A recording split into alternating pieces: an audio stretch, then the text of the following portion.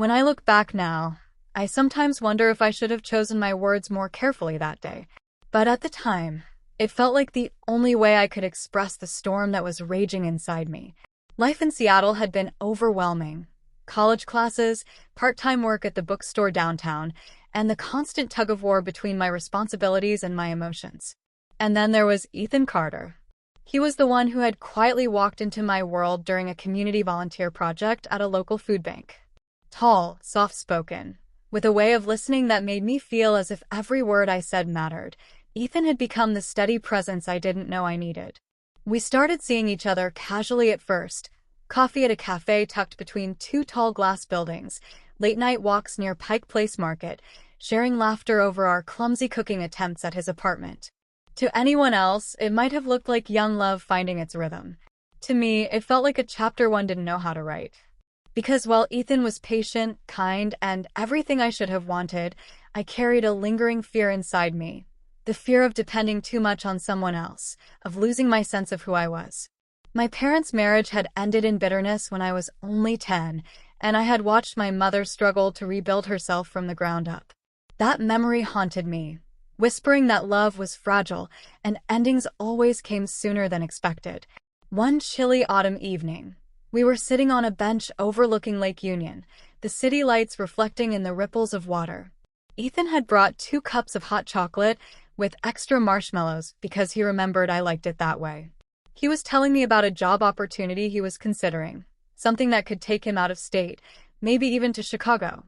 My chest tightened as I listened. My mind raced ahead, imagining the distance, the uncertainty, and the slow fading of what we had. And then, almost without thinking, I said it. Ethan, maybe we should stop seeing each other. The words hung heavy in the cold air, visible almost like frost. His eyes, usually warm and gentle, flickered with something I couldn't read at first. Hurt, confusion, disbelief. He didn't ask me why, didn't demand an explanation. He simply nodded, quietly, as if he had been preparing for this possibility all along. "If that's what you want," he said, his voice calm but distant. Then he stood up, handed me the half-empty cup of hot chocolate, and walked away. I thought he might call the next day, or maybe send a message. Perhaps he'd ask if we could talk again, or at least seek closure. But he didn't. Ethan took my words at face value, as if I had closed a door, and he respected it enough not to knock again. Days turned into weeks, and weeks into months. At first, I told myself it was for the best. I buried myself in my coursework at the University of Washington, picked up extra shifts at the bookstore, and convinced my friends I was fine. But at night, when the city grew quiet and the streets emptied, I felt the silence pressing in on me. I missed his steady presence, the way he never rushed me, the way he noticed when I was lost in thought. I realized painfully that what I had thought was fear of losing myself had actually been fear of losing him.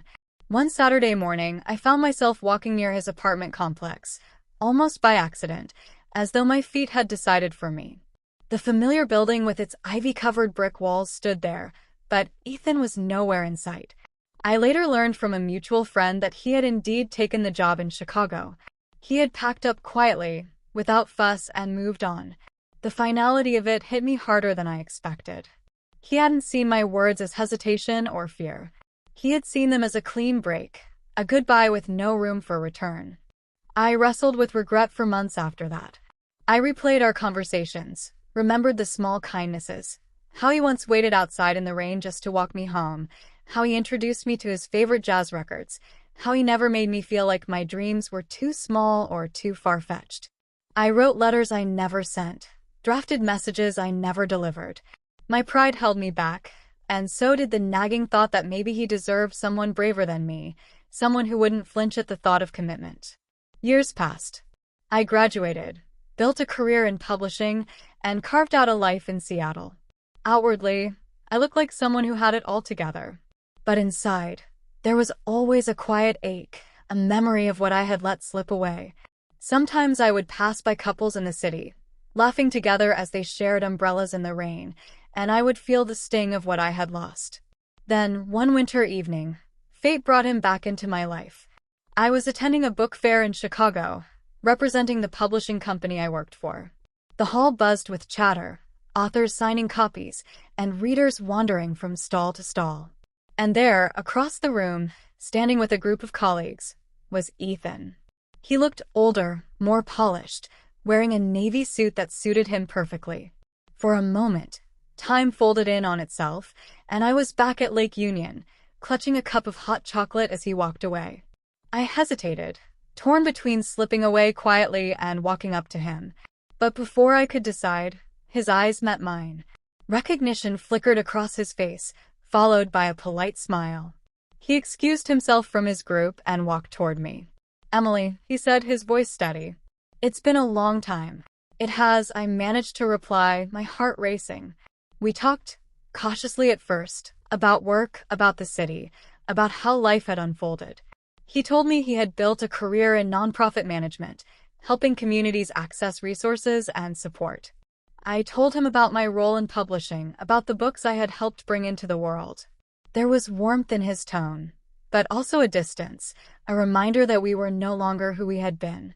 As the evening wound down, I found myself blurting out the words I had carried for years. "Ethan, I'm sorry. I didn't mean for things to end the way they did back then." He looked at me thoughtfully, his eyes softening. "You don't have to apologize. We were young. You said what you felt, and I respected that. But I didn't mean it as forever," I admitted. "I was scared. And instead of being honest, I pushed you away." There was a pause. The noise of the book fair seemed to fade around us. Finally, Ethan smiled, not bitterly, but gently. "Life has a way of teaching us things we can't learn any other way. I don't hold it against you." We exchanged numbers, kept in touch occasionally, but it wasn't the same as before. He had moved forward, built a new life, and so had I. Our paths had crossed again, but they no longer ran side by side. And that was okay.